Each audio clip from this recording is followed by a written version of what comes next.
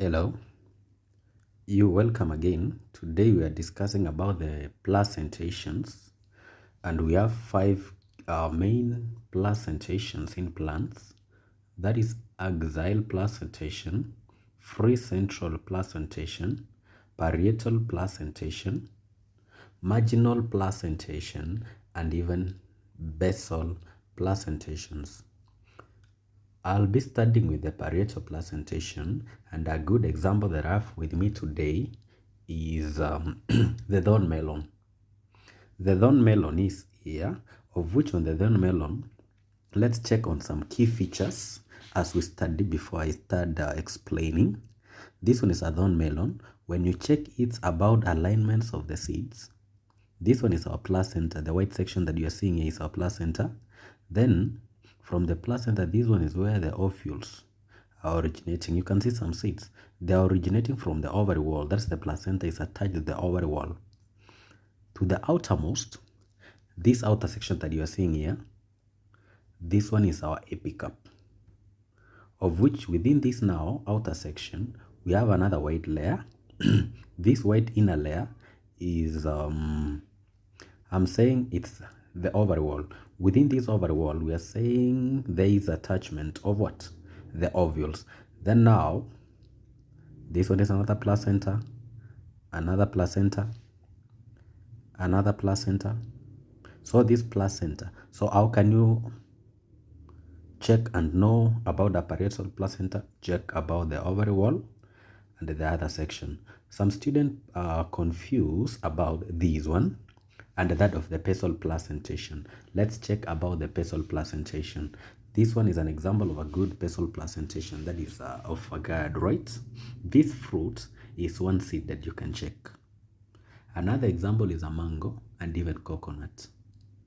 These examples is one. This one is our seed. And most of the students, and this one is within this one seed, I can remove the seed.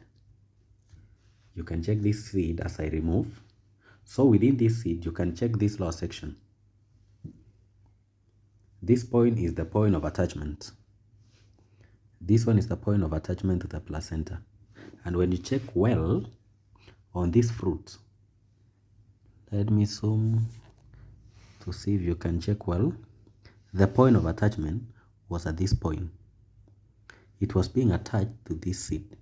It has only one attachment point, not like the parietal placentations, where from the marginal wall they are connected. They are not one, but more than one. But this one is only one. So you can differentiate between this one and the other one.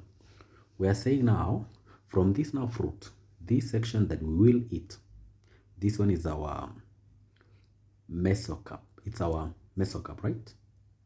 Then this outer cover, the outer cover that you see, we said it's the exocarp. Then this cover here is our endocarp. Endocarp, endocarp, endocarp. I can remove and peel up our endocarp. You can check in our avocado here. Our this cover. Sorry. This cover here. This one is what we are calling the endocarp. I'm saying this one now is our endocarp. Then this in our now is our seed. Of now you can differentiate about the basal placentation and parietal placentation. Let's now again look about axial placentation. We'll use a tomato. At the same time, we can use an orange. These are two examples that we can use in our experiment today for I'm saying the axial placentation. We have some differences between axial placentation with parietal what? Not parietal, sorry. Axial placentation with the free central placentation. I don't have today a good example to use on the free central placentation, but let's get the difference. At this one is our placenta. It's at the center. Within the placenta, there will be formation of loculi. So loculi, this one of the first space here is a loculi, this another loculi, and this another loculi. Within our loculi here, we have our ovules, We have our ovules here again. We have our ovules here, right? So this one is the placenta. And this other section that we are seeing, which is brightly colored, it's the exocarp, right? Then let's go and use maybe again an orange. You can see this white section. I'm saying this one is what? Our placenta. Then you can see our seed. That is our ovule. Then within here you can see some lines. We can check some lines. So between one line and the other line, we are speaking about being what? Between this line and this other line, this space is a locule, these are locule, these are locule, these are locule, and these are locule. So we have many locules here. And I'm seeing this one, it has reduced the number of seeds. But other oranges have a lot of seeds, right? So these are examples of axial placentation. We can even use a banana. It's still an axial placentation. And you can check this one. Hope you can check well. Between this, the middle section, we have the placenta. Then you can check some loculi, right? Then between this loculi, we have what? You can check at this point. I'm saying this one is our placenta here. Between the placenta, we have the loculi, we have a loculi, and we have another loculi here. So this middle section is the placenta. But now banana will not be having seeds.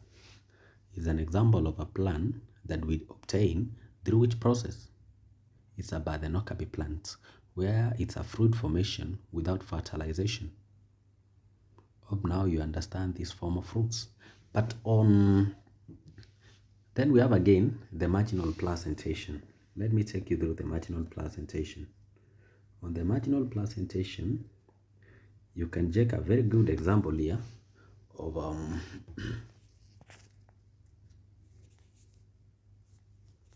I'm saying we have marginal placentation again, and on the marginal placentation, you can check at this point.